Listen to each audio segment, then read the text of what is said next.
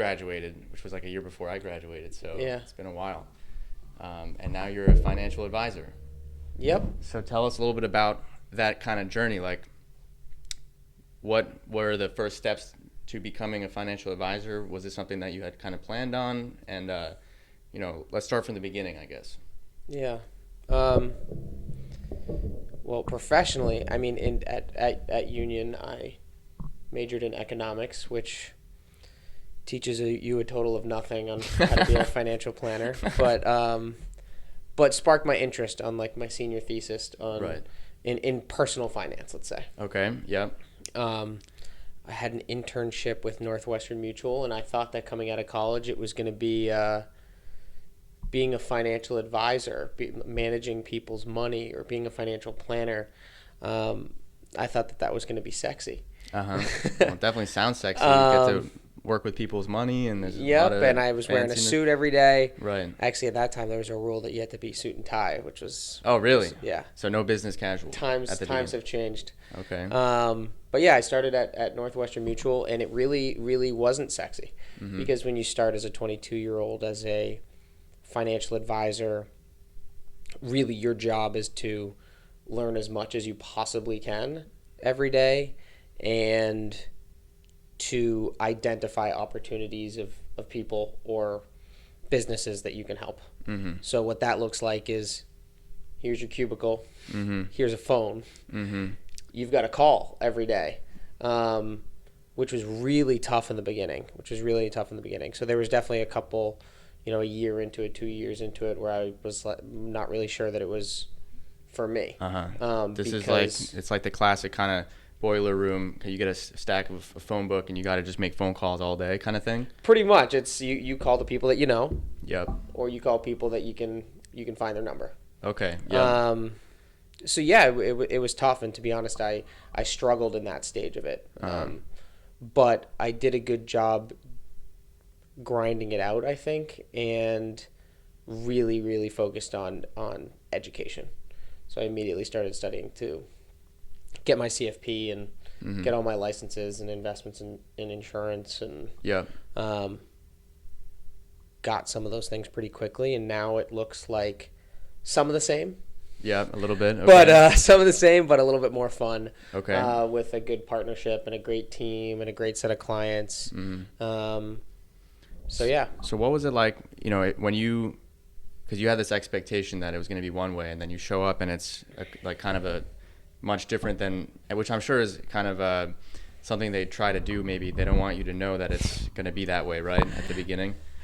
Yeah, maybe. I don't know. I probably should have asked more questions. Yeah. But I was wet behind the ears and 22 and ready to go. Right. Kick some butt. So you show up and you have to start making these phone calls. What is that process like in order to pick up the phone and call a stranger and kind of ask them ultimately to let you work with them as far as their financials, right? Yes. It might not always be a stranger, I guess. You might know them, like you said. Yeah. Yeah. I think a lot of it is networking. A lot of it is working with either people that you know or people that are connections of people that you know. Mm-hmm. Because trust is a massive thing in this line of work. Mm-hmm. But I think the key is that seemed very, very daunting in the beginning. It's a little bit less daunting now because of just the perception of if a financial planner or someone in my seat is calling on someone or shooting them an email or text nowadays. Yeah. Really, I'm not asking someone to be my client or for me to manage their money or for them to have any type of financial product through me. Mm-hmm. I'm asking them for 15 minutes or 30 minutes over the phone to see if I can help them. Okay. And that is really what I believe, and that's also how I frame it. If I feel like not everyone's a good fit to be my client, and I'm not a good fit for everyone, or our team, but spending some time over the phone to just say, hey, what is it exactly that you do and focus on, mm-hmm. and where are you, and seeing if I can help. I mean, kind of the adage of where are you? What do you want? Yep. How can I help? That, and Okay. I don't know, one of my mentors, I think, told me that framework. But that's a really long-winded answer of saying that it's less daunting when you don't look at it as, hey, I'm placing a phone call just to have a conversation with someone, Right. versus like, You oh need to my close on gosh, this. I have to Yeah. go, like, have this whole thing of getting them as a client. Right. Okay. So it takes the pressure off, and it's Yeah. also maybe easier. It almost seems counterintuitive that if you don't try to sell on the phone call, you actually probably end up selling more than you would if you tried to sell in the first phone call, right? You probably are able to build a better relationship with your clients, maybe even get more business that way than some of the other times where you deal with a financial advisor where right first second their goal is to kind of get as much close you on the first phone call, would you say? Yeah. Yeah, creating a relaxed environment or having a more relaxed approach, I think, is definitely valuable. Uh-huh. And also just releasing expectation Uh-huh. of having the person that you are in any sales environment, Mm-hmm. having the person that you are selling to feel really okay Yeah. for it not being a good fit, Uh-huh. I think is It's like giving powerful them in making both people comfortable. right, like they're given the option at the beginning that you don't there's no pressure, so we're just having a conversation almost. Yeah. Yeah. It's kind of goes against what you think of when you think of a salesperson, like back in the 70s or 50s or whatever, the door-to-door guy going around trying to sell vacuum cleaners. It's very different than what the salesman of today is, or saleswoman. Yeah, I would agree with that. I definitely felt that kind of like I had a tough time with that perception of having someone perceive me as a salesperson, especially when I started out, perceive me as someone that's trying to convince them to do something. Yeah, against Right. their will, like Yeah, especially. yeah. That perception is, I don't think, in terms of a financial advisor or any salesperson. Not saying that financial advisors are necessarily completely salespeople, but there will be that perception. That's something that you have to kind of work through. Mm-hmm. But now, with the industry today, and things are just getting so much more moving in the right direction of, financial planning and the base of that, and the certified financial planner designation. Yeah. Around being held to a fiduciary capacity. So it's really if you are selling something, which you certainly are, right? Yeah. Sales, like moving people to action, helping people make decisions. That's what I view sales as. But held to a fiduciary capacity, there's a requirement of alignment, which I think is a great thing and is completely how our industry is moving, and is not what the industry has had a history of completely. So you're kind of now trying to represent a new way of being a financial advisor, where it's much more relationship oriented and less so like the old way.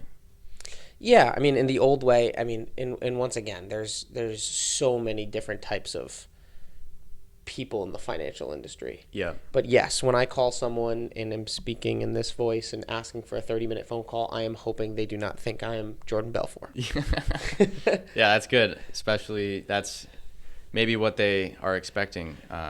So that's that. When we had our phone call, that's completely what it was. It was like, it was very clear that you were just trying to like check in and see if we could be a good fit or if there's anything that I needed. It was a very helpful phone call, which I've been contacted by other financial advisors. It wasn't like that. It was like, even on the first message, it was just, you could understand that this was going to be primarily about, will I give my money to this person? So that was good.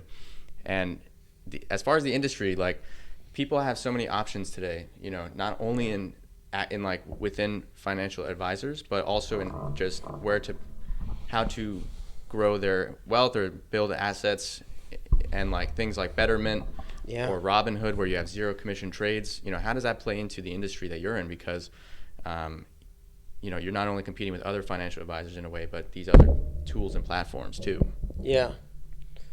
Yeah, absolutely. I think that it is forcing the industry to go more towards financial planning. And the differentiator there is that financial planning, in my mind, is different than investment management. Mm-hmm. Right? So investment management, if you were to just put a pool of money and invest it in any of those, either a robo-advisor or a no-fee trading and trading it yourself, that's just the management of this pool of money. Yeah. Whereas financial planning is pretty broad, but I describe financial planning as aligning financial decisions with desired outcomes. So that's really looking at someone's entire financial picture. What are you trying to accomplish? Mm-hmm. Are you being as tax efficient as you possibly can? Mm-hmm. Are you covering the necessary risks? Mm-hmm.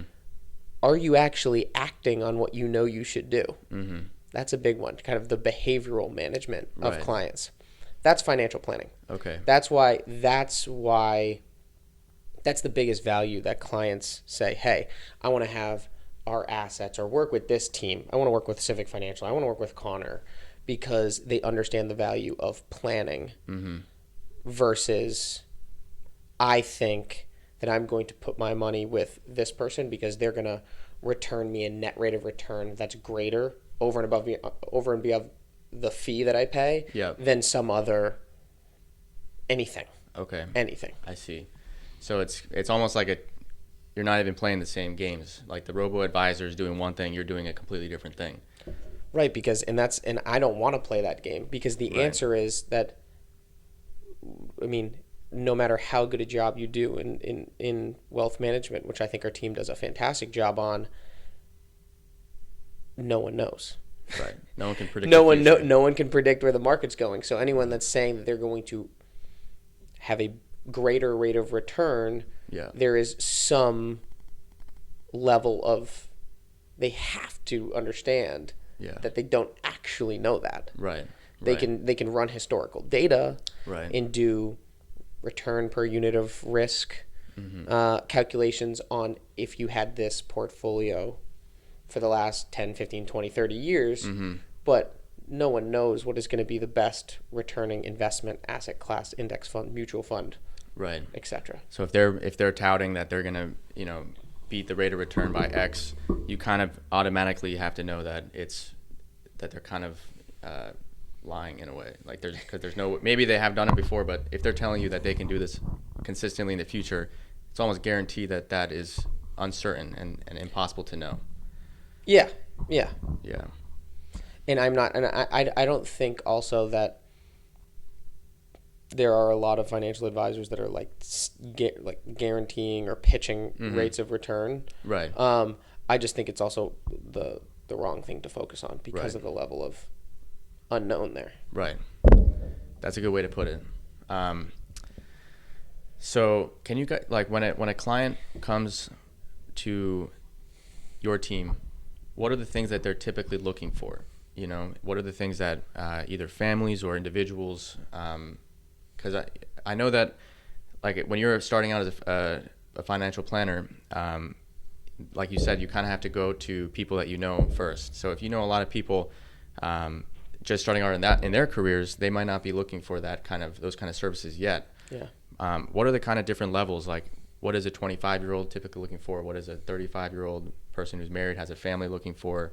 And what are the services that you offer for those different kind of demographics? I don't know if that's how you look at it either. There might be a different way to look at it. I try not to look at it in groups because it's so different. Okay. It's so different. It has to do with, the difference of people's financial positions are vast. Right. And are not just based on age. Right, exactly. Yeah. And the difference of what people's objectives are. There are some big ones that most people say at some point in time they want to be in a financial position where they do not have to work. But retirement isn't even, retirement is like a considerable amount of our clients want retirement, but there's a ton of them that don't see themselves ever retiring. Right. They want to. Right. They want to be at a financial freedom point. Yeah. But they don't see themselves ever not working. Right. They want to work the job that they want, but the goal is to continue working, but not have to work. Yeah. In a way. Yeah. And I think that it is helpful to not group people and just be, for me, in that first phone call, meeting, Zoom call, to be a little bit of a blank slate and just to listen, not to think that like, oh, this is the group that this person fits in, so they will need X, Y, and Z. Right. Case by case basis. Case Always. by case basis, always. And the funny thing, I was smiling, and the first question you said was, what do people what like services or things do people come to you for? I was smiling at that because the reality is rarely do people come to us. Typically, they may start with or come to us for something. Okay. Hey, I am aware that I need this X, Y, and Z. Yeah. I am coming to you to provide Right. That rarely happens. People typically come to us for a conversation, and then we listen and unearth the line item of things that may help their financial position. Okay. But typically there's not a super high level of accuracy or awareness of exactly what they want and need. And oftentimes you just don't know what you don't know. Right? So it's not like, I feel like you hear this from doctors a lot. People now come to them thinking they know exactly what disease or whatever they have, but typically it's just because they looked it up on like WebMD. But in your case, it's actually this kind of field. Finance is so, it's very hard to understand for the everyday person. So they might not even know what problems there are that they could encounter, right? Yeah. It's also not a huge part of most of our educational system. It's also not it's not something that we talk about. Right. When's the last time, which I don't necessarily, I think it would be a great thing to move more in that direction. But, most people don't sit down at the coffee shop and ask people what's in their 401k, how it's invested, and how much money they have and how much money they make. Right. Yeah. It's also kind of an uncomfortable topic to discuss because most people, I would say, myself included, are very uncomfortable exposing their financial situations because that's almost, it feeds itself because since no one talks about it, you feel like, you just assume that whatever situation you're in is probably not the right one, that you could always be in a better situation. But so you don't ever talk about it with anyone else and maybe realize that the problems you have are the same as everybody else. And if we just talked about it a little bit more, we could solve the problems, right? Yeah. Yeah. So if someone comes to you, whether or not they come to you or you are talking to them, you kind of have to diagnose their financial situation before anything and understand what the improvement areas are. Yeah. Is that right? And so typically, what are the most important things that you would say to anyone who's maybe thinking they have a hunch that they might be in a situation that it's not optimal, they want to be in a better financial situation? What are the focus areas, if any, that you could say to someone without really knowing what their situation is? Is that something you could do, or is it really tough? I think that one thing that comes to mind, which I'm not sure if this directly answers your question, but is creating a system and having that system work itself. So taking yourself out of the equation, taking the human aspect out of the equation. Okay. That if you decide, hey, I'm going to save or invest X amount of money, because this is how much comes in and this is how much goes out, and this is what I need for benefits and living expenses and whatever the line items are for you, and you are going to contribute X amount to something. Right, let's keep it that broad. Setting it up so that it is automatic is where people save and invest the most consistently, because you're not making the decision. Right, the perfect example of that is people that work in a large corporation and have a 401k. Yeah. If you have someone who hasn't really done really good planning or really thought about this stuff, the largest sum or has the largest sum of money with the typical worker that we run into, the largest sum of money on their net worth sheet is their 401k plan. And everyone's always surprised. Right. Like, wow, that's all the way up to that. Right. Why are they surprised? because someone took the money for them Right. from 'em before they had it. Right. Because there's a tax advantage to that account, because it's invested, but because it was automatic. Because some amount of their paycheck just went out of sight, out of mind. Right. They were never holding on to that. They never had to let anything go. Right. Yeah. And I would assert that you can do that with everything. Mm-hmm. You could do that with the amount that you're saving for your vacation. You could do that for the amount that you're saving for retirement. Right. Right. Is set up a system and have that system be adjusted over time based on your desired outcome. Right. It's something that I did very early on that was recommended to me by a financial advisor, actually, financial planner, was to set up a separate, like multiple bank accounts that direct deposit into my paycheck goes right into a savings account. And it's there if you need it. And then I think also on like Bank of America, at least, you can hide your bank accounts from your online banking. Oh, wow. I didn't even know that. You could send, so I was sending this money to my savings, which I couldn't even access through online banking. I'd have to go to an ATM to take the money out. So Yeah. it was just, and then that account grew over time because of exactly what you're saying. Like I never touched that money. It was never a pain for me to save, you know. That is kind of something you don't really think about. And I'm sure the 401k thing is a great example. It's like rarely do we ever think that it's so easy to save something. And like you said, so many of your clients say that same thing. They can't even believe that there's, you know, that much money in their account. Yeah. Yeah. I think that personal finance is an emotional game, and a lot of people, especially smart people, a lot of our clients we work with are super highly educated, sharp, very good at what they do. And the ones that are best at planning understand that it is an emotional game.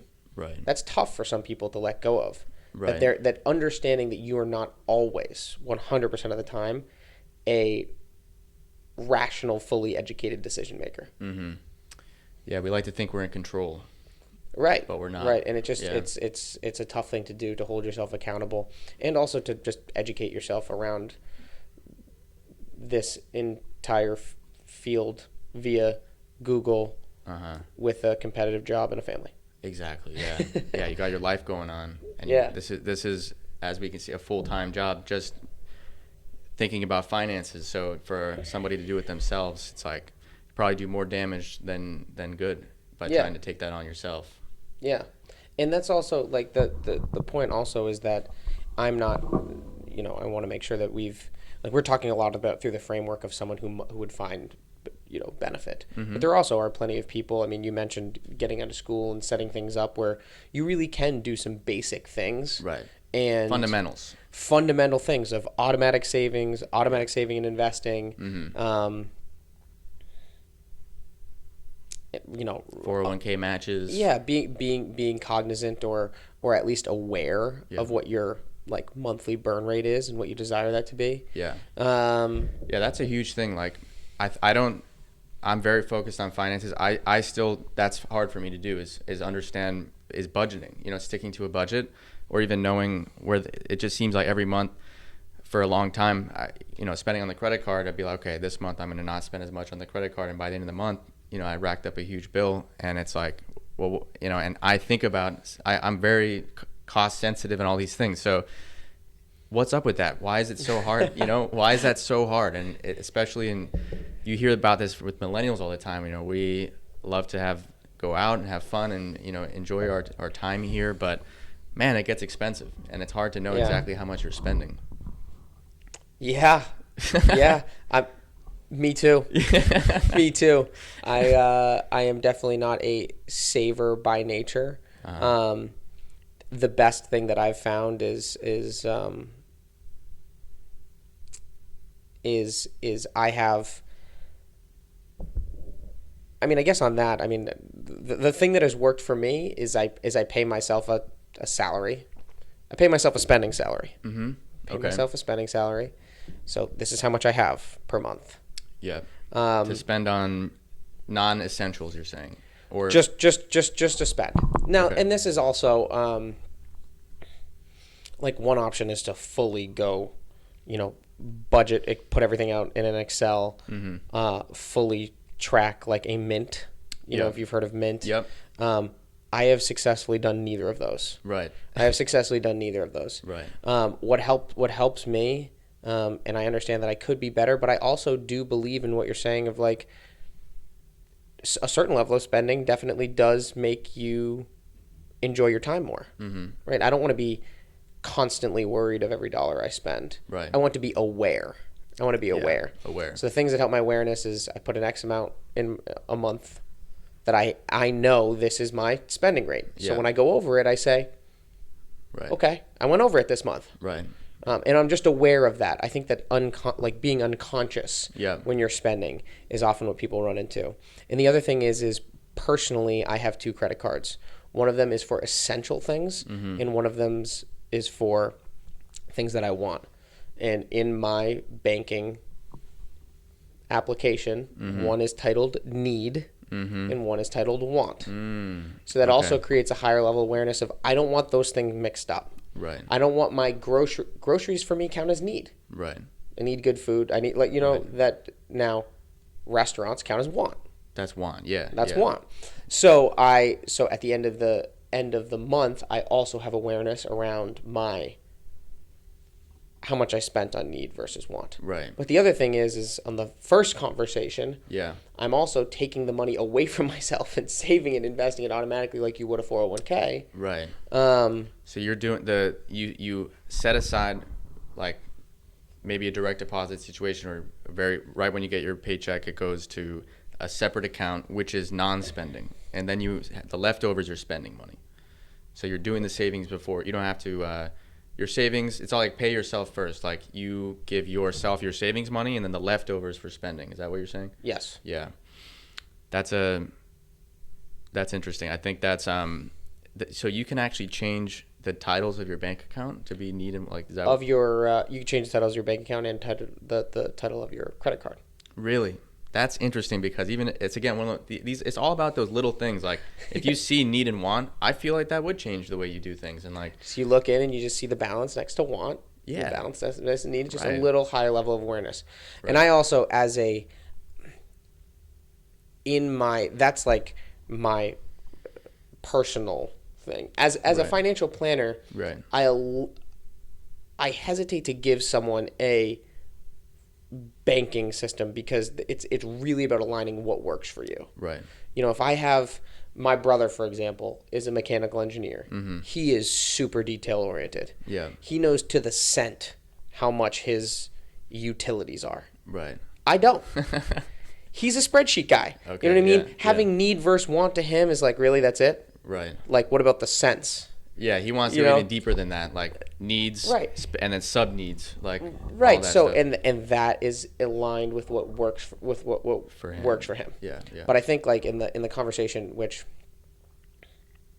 I'm not completely sure, but the conversation around like the comment you meant with like the millennials and stuff, I think that a big thing there is just unconsciousness. It's like not understanding. It's like, hey, I'm just gonna swipe the card and not really pay attention to it. Right. Don't even look at the bill. Like we'll think about that later. Yeah. Yeah. I like how you framed it in a consciousness. You hear this a lot about other things, not about money though. And because you always think about conscious eating and like know your, instead of dieting, like just know how much you're eating and how it makes you feel. But with money, it's a lot of times kind of not discussed. And I kind of coined this term like cheddar consciousness, like cheddar being, money. I'm very cheddar conscious because you got it. I like it. Yeah, it works. Again, that's something that worked for me as far as understanding what this means. Knowing how much you spend, it's okay to overspend as long as you know why and how, and maybe have a plan for how you're going to not overspend next month. And I think it also, something else in this that you hear a lot is budgeting and savings. But, that's looking at one of the ways to build your financial future, but often it's ignored the other way, which is to earn more money. Do you encounter this? Like we're always so focused on savings and not focused on earnings. Yeah, I couldn't agree more with that. I think that as part of our professionally, the clients that Civic Financial and myself have, Yeah, they all earn sometimes very significant more money than they spend. yeah, Right. That's a big reason of why they're engaging with a financial planner. yeah, I am I have leftover considerable amount of monthly cash flow. Yeah. What do I do with it? Mm-hmm. If we really wanted to keep it super, super basic. Right. But I think you're right. I think you're right, man. I mean, I think just talking to, I brought up my brother before. I was on a conversation. I was on a phone call with him a couple weeks ago, Mm-hmm. and he was asking me about. He's a client of mine. And I was talking Mm-hmm. about his money, and he was saying, "So what should I do?" And I said, "Just keep kicking butt at your job and earn more money." Yeah. And he was like, "You're my financial advisor. You can't. You're my financial planner. You can't just give me the financial advice of make more money." Right. And I was like, "I'm also your brother." Right. And I understand that is true. Yeah. Is that that matters, and it's a powerful way to have positive cash flow is to take that revenue line, if we're talking about it in business terms, or that earnings line, and move it up. And being conscious about that too. How can you do that? How can you do that as part of your profession or as part of what you're good at, or however you're running a business? And that's also a different type of spending that I think should be viewed differently. I have expenses that are, are business expenses. Yeah. But I also am conscious about if I'm spending a dollar that helps me earn more money. Yeah. Investment. That's a good dollar to spend. Right. Am I using my money to put myself in a position to either make myself better or put myself in a position to earn more? Mm-hmm. Right. That's a different spending. Yeah, I think that's probably there's two camps. Some people just spend like crazy without thinking about it. Others don't spend enough, even in the situations which I definitely was at a point. Like, if you bring it back to, spend even on food, like if you spend money on good groceries, you will perform better as a human being. And so I had to change my mindset on that. Spending that dollar is actually a dollar that's going to earn you more money, because you can then perform better at your job and hopefully earn more money in that job in the future. It's not always like, okay, this dollar will go into like real estate and then that will like make me more money. It's like in other things too. Yeah, I think that's a really cool framework of just like the framework of performance. Performance. You're performing at something. Yeah. Does this decision, and it goes in a lot more than just money. Yeah. But how you're allocating your time, your Right. your time, energy, and money. Money might even be third there, right? How are you spending your time? How are you spending your energy? Then how are you spending your money? Mm-hmm. Is that helping my long-term performance? Right. I think it's a great framework. Right. Yeah. It's as a financial planner, when you see somebody, has anyone come to you that, and obviously you don't have to go into like details, but have you seen like turnaround cases where somebody comes to you, or even in your practice with your colleagues, like where they're in a negative financial situation and then you were able to help them get to a positive one, and like what were the steps that person took, or people like that in that position? Yeah, definitely. I think less frequently, because typically the people that we work with are already on their way, kind of. Yeah. They want help being strategic versus help getting out of a hole. Yeah. But we have definitely seen that of people that have just been like, have been terrible at money. Yeah. Tell me what to do. Wow. And then it's the exact same thing. It's if you've got to pay down debt, what's the cash flow? Right. Put it towards the debt automatically. Right. Don't make that a monthly decision. You've got extra at the end of the month, that's great. Bonus points. It is removing yourself. In this scenario, which I'm imagining and filling in a lot of the blanks on. Yep. This person got themselves into this. Right. And it's them that's going to get it out. Get themselves out. And that's also not to be insensitive about like people. There's, of course, I mean, people, that we run into, but just there's people that have a ton of tough situations, from student debt to just having a tough financial situation. There's, especially right now, losing jobs, all types of stuff. Right. So, not to be insensitive to those right, people. But generally speaking, though, it's whether or not you got yourself into the situation, it will be you who get yourself out of the situation. Yes. Because no one, Yes. even if you're unlucky and you're in that situation because someone screwed you or you I don't know, it could be a number of things. It's like I think you mentioned earlier, it really is that behavior change probably, right? That you can advise on, but you can't do it for them. Yeah. The person has to make changes. Yeah.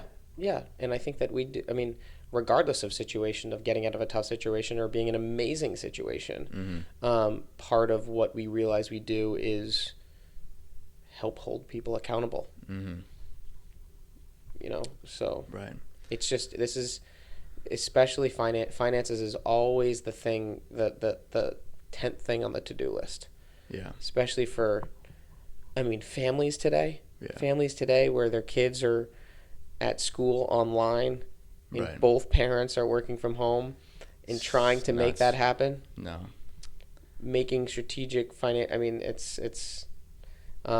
that's often the thing that gets pushed down the list. And then that was joking with someone yesterday is I also part of my profession is just being a professional annoyer. Just like, you need to do this, you need to do this, you need to do, just following up with people, poking. Right. A professional prodder, I think I put it Right. on the phone Right. call. Nudge. Yeah. And just, nudge. Yep.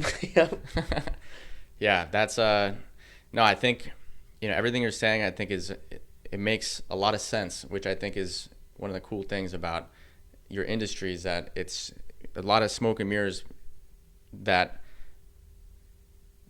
are kind of not it's for some reason the financial stuff is, there's an impression that it's impossible to understand, but it is not impossible to understand, and people like you are helping hundreds, thousands of people understand their financial situations and emerge financially free. So what exactly does that mean though? Financial freedom. This is a word that we hear a lot. Like, what does that mean? Different things to different people? Is there kind of a standard that you and your group thinks that is? I think that there's the most common answer. The most common answer of financial freedom is having a balance sheet that can create your desired level of income for your life expectancy. I see. So if I want to live on X amount, I have assets that will create X amount from now until I'm, it depends how long you're going to live. Yeah, right. 110. Right. You want to plan, probably want to plan as long as possible, right? Yeah. Yeah. But I think that's kind of like that's like the simplistic. I think that's what people are talking about when they're talking about financial freedom. Right. We don't talk a ton about this. I specifically your goal is to get to this level of net worth, which will then create this income. Because most people that we run into want to work in some capacity. Right. Right. It's not necessarily that they need to just have, millions on millions that are going to create an income for them. Right. Forever, and they're going to sit on the beach. Right. You know, that's not what most people want. Yeah, I think I think financial freedom is just a lack of financial suffering, or a lack of financial stress. Yeah, is another way to put that. Of just like, right. if you feel really good about the level that you're consuming, which consumption makes people happy. Like being constrained, right, doesn't always make people happy, but also saving, being responsible, being strategic, investing. That also makes people happy, right? And that makes your future self happy. So I think financial freedom is more should be talked about as a lack of financial stress. But the financial freedom that I think is thrown out there is often that calculation, which is great too. Yeah. Which is awesome too. Yeah, that's one way to look at it. Yeah. So then let's kind of turn it around. So what is lack of financial freedom? When are people financially stuck? Like, is it like we know we kind of understand what to be free financially is, but in what scenarios create the lack of financial freedom? Like, is it debt? Is it overspending? What is it typically? Or a combination of everything? Yeah, I think it would be considered a combination of those things of like, what is causing you unease? Mm-hmm. Right. What is causing you unease? Is it, there are people that are amazingly, there are monks that are amazingly happy that need $0. Right. They are financially free. Right. Right. There are people Right. that make millions of dollars a year Right. that are stressed out because they have 8 mortgages and a million things to worry about, and constantly feel like they need to be making more money to keep up with the next, or whatever it may be. Like, you can imagine what that is. But that is absolutely true. Is that Right. your income or your net worth does not determine if you are in this type of financially free that we're talking about. Right. You might. So another thing, like income versus or being rich versus being wealthy. This is something that I think is useful to differ. Like, what is the difference between being rich and being wealthy? That's tough. You'd have to Google those. You'd have to look up on the dictionary those words. Yeah. But I think what people are getting at there is, which I don't think really makes a ton of sense. But I think the difference that you might be wondering is, do you earn a high income, or do you have a high net worth? Right. Yeah. Wealth being the net worth. Wealth is the net worth. Rich, that's kind of vague. Like, you're rich. You know what I mean? Yeah. Might be the high income. And But if you are high income, but your expenses are higher, you're not going to build wealth. No, but you'll be like rich, but you will You'll not be be wealthy. You probably will drive a nice car. Right. Yeah. When I was like a freshman in high school, and I took a business class in high school, and the first thing that my teacher said was, he had on the whiteboard he drew person A, person B. Person A makes like $50,000. Person B makes $1 million. Person A spends $25,000, and person B spends like $500,000 more than what they earn. So I think I said 1 million, so they spend 1.5 million. So who's rich and who's wealthy? It's like you'd rather be the person A who doesn't overspend, and so it kind of just like blew my mind. Like, what is he talking? You think that income just maximize, but that doesn't necessarily guarantee that you're going to be financially free. It's all these other things, the strategy you're talking about, the savings, the allocations, spending the money that will earn you more money. Right. Yeah. Investing the money that will earn you more. Yeah. I think that I can tell that you are very interested in that, and also from our past conversations. Definitely. The book that I would recommend, which this is, I'm going out on a limb here because I'm recommending a book that I'm 2 chapters into. Okay. Hey. Okay. It's called The Psychology of Money. Okay. You'll have to look. It's a relatively new book. It's doing really, really well. Psychology of Money. The Psychology. The author? Not off the top of my head. All right. Put that in the show notes. But yeah, there you go. We don't have put it that in the show notes, but but that book talks a lot about. I mean, the first example is two different people. Like, that's the first thing that they draw this scenario. Yeah. And it talks a lot about just people having a relationship with money. And I'm reading this book on my Kindle, but it's a quick read, and I'm like, this is so relatable to what I encounter every single day. Yeah. But it's also it's written well that, like, even if you're not super into it, I think it's an interesting read.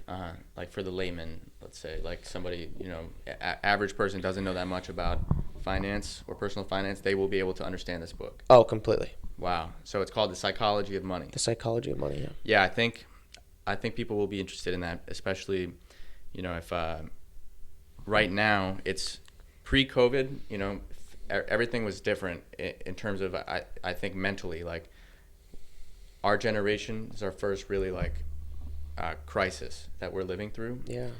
I mean, we were around 2008, but that was, I was in 8th grade. I don't know, you were in like 9th grade, I think, right? Yeah. So we're now adults living through a potential major crisis that we don't fully understand. The mindset has shifted. I think more people are now thinking, okay, how have I been? What's my situation? Because it could be heavily impacted in the next, or if not already, like millions of people have been impacted already. So have you been, like, what have you been seeing as far as your existing clients or new people that are coming after like COVID-19? Is there a shift, do you think? A shift in thought process? Yeah, maybe. Is there more of a are more people seeking out people like you, or is it? I think so. I mean, I think that there is definitely a higher level of awareness for planning. Uh-huh.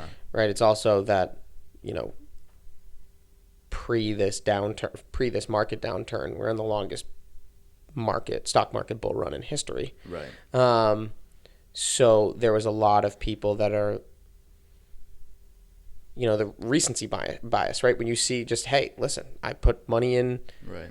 my 401k, I put money in index funds, and I look at the rate of return, and it looks nice. Right. Right. Which it was just going up constantly. Right. Anytime which is any day you looked, it was up. So why do I need a planner? So I definitely think that for some people it is heightened awareness, especially for people that are close to retirement. That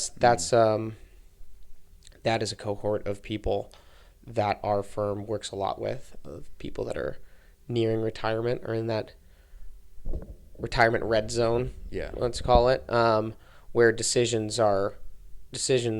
financial decisions get pretty critical. Yeah.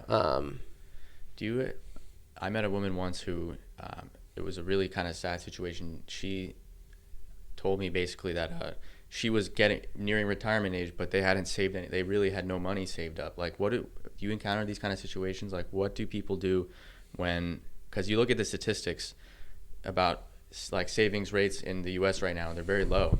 And very low. Yep. And you always hear the best thing is start early, right? Like when you're in your 20s, starts putting in your IRA or 401k. What if you're like 65 and you need to retire soon and you aren't where you need to be? Like, what do you tell someone like that that's in that situation? It's a tough one. That's tough. That is tough. Yeah. I can't make them more money. Yeah. Right. So I don't know. If they're healthy, work longer. Gotta work longer. Yeah. That's a really easy example of, you know, the longer you work, the longer you delay Social Security, that your Social Security benefit grows. But right. Yes, it is a sad reality that a significant percentage of Americans will retire only on Social Security. Wow. Wow. Yeah. But those are typically not our clients, and that is also regardless if someone's either completely has no money or just is not as prepared for retirement as they want to be. I mean, when you do the math on working another year, contributing another year to a qualified plan, it is pretty significant. So there we have run into some people that just will, you know, choose to work a little longer or work part-time, or have one spouse work, one spouse do kind of a hybrid retirement. It's just the reality is not the majority of our clients or people that we are working with on a day-to-day basis. Right. Yeah, that's a good answer. Tough question. I don't know. It's really not. It's a very sad reality, but again, it's reality for a lot of people. But, yeah. Do you have anything that you want to say to the people, or just in general, like about your experience as a financial planner? Some of the, like, I'm sure you get. It's very. It seems like you get a lot of fulfillment out of this career path, and it's bringing you a lot of joy being able to work with people and help people. Yeah, no, nothing specific that I want to say. I mean, I absolutely love what I do. I do get a lot of fulfillment and joy out of doing what I do. I think that in general, and this will naturally happen. I think it'll naturally happen over time, but who knows? I just think that there is conversations like this, or having a higher level of awareness of, hey, people in the financial profession, there are some people that are doing really great work, because that's something that I battle every day, right? I battle every day the perception of a financial advisor or financial planner. Right. That it's just someone that's either trying to replace someone's relationship or sell them something or whatever. Right. The reality is that I get on the phone with some people, Right. and there is some preconceived notion around what this is. And it's my job to be soft and relaxing and calming and help people understand that I am requesting a conversation. Right. But I think that there are some people, which is the reality, and I in the moment forget it, but I think that there are some people that would really benefit from either asking some of their friends for a referral of, hey, who do you know who's a certified financial planner, that I could have a conversation with, and just say, hey, here's what I got going on, here's what I'm trying to do. Right. What do you think? Right. Just a conversation. That's a good conversation to have. Right. But no, nothing that I particularly want to get out. And I'm not saying that person is me, by the way. That's I'm not saying like is that said, person referral. is me. Anybody that's worked with, whether it's you or someone else. Because it's a helpful conversation to have for most people. Yeah. So where can people reach you? Like, can you? We didn't really touch on this that much, but you are now with you were working. Like, I don't really actually understand what it is, but you have you're in part of a partnership now. Yeah. So Civic Financial is the team that I work with, which is within Northwestern Mutual. And that's been great. It is a little bit of a thing where, in my line of business, a benefit is you have this. You are your own business owner in a sense, right? But that can also be a bit lonely. Right. So having a partnership and having people that I'm working with side by side, two of our partners that have been doing this work for over 30 years, so experience there. Yeah. But as well as working with some people that are my friends, has been really awesome in developing a team.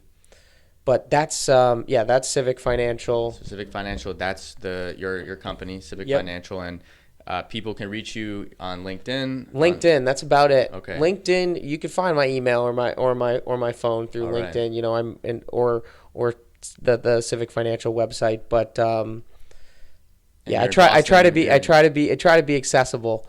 But I don't have, you can't, like, I feel like typical podcast is like, oh, here's my Instagram. Yeah. I've got no social media. My social media is LinkedIn. Okay, good. So I do respond to LinkedIn messages. Good. Yeah. Well, that's seems like the best place for people to seek financial advice. So I don't know about that. So, there's a lot of messages being thrown around LinkedIn. So that's funny. Yeah. So, okay. Civic Financial, Connor Hall on LinkedIn, and people connect with you and just send you a quick note. Hey, Connor, I'd love to speak if about they my want financial, to. If they want to. Yeah. Great. Well, Connor, thank you for being on the podcast. Yeah, man. Loved having you here, and let's do it again sometime soon. Agreed. Yes. Right. Thank you for having me. Much appreciated. Great.